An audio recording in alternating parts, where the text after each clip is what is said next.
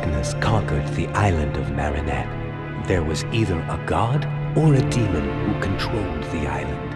And no Almost 20 years ago, a small game developer out of Japan made the first RPG to hit PlayStation on American shores. That company was called FromSoftware. So if you've ever wondered where Demon and Dark Souls roots originate from, this is it.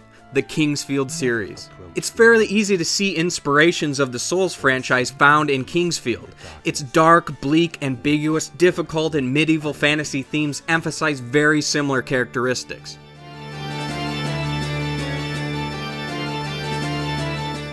The first game in the Kingsfield series was never released in the US, so in the United States, Kingsfield 2 just got named Kingsfield, and this is where North America started their journey with FromSoftware.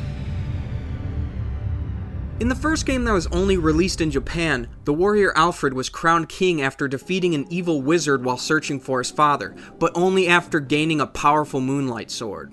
Several years have passed since then when Alfred discovers that his sword has been stolen by a being named Necron. And this is where you come in. You'll play from the first-person perspective of Alfred's friend Alexander, who offers to retrieve the sword, but his journey doesn't go very well. Alexander's ship is destroyed and he washes up on the island of Malinat alone, with only a dagger in hand. And Kingsfield has a steep to almost lopsided learning curve at the beginning. This is mostly due to the fact that all the weapons in the game have unique attack animations and swing styles, and the dagger that Alexander starts with happens to be awful. But if you can rough it out into the point where you obtain some new equipment, then the action-adventure can really begin to manifest as you explore the atmospheric and interconnected labyrinth of the island. Exploration of the island actually feels a bit like a Zelda affair, as Alexander must find a flute that will make ethereal bridges appear and specific keys and objects in order to progress forward. As progression is made, Alexander will gain XP and level up, but he simply becomes generally stronger. It's not like you customize attribute points. Instead, Alexander is customized more by the gear he equips than the stats from leveling, and every piece of gear and spell has its time and place. The Dark Armor, for example, has high resistances but isn't the best fortified for physical defense. The Shiden Katana has high slashing and wind damage, which is great for many enemies, but it's weak against skeletons. For them, a crushing blow from a blunt weapon is best.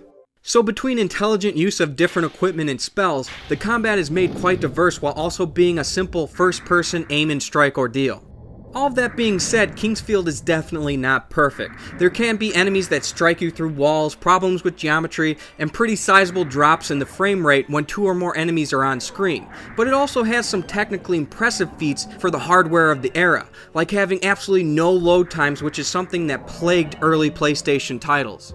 So needless to say, even back in '95, FromSoftware knew what they were doing, and to this very day, Kingsfield is still an engrossing and atmospheric gaming venture.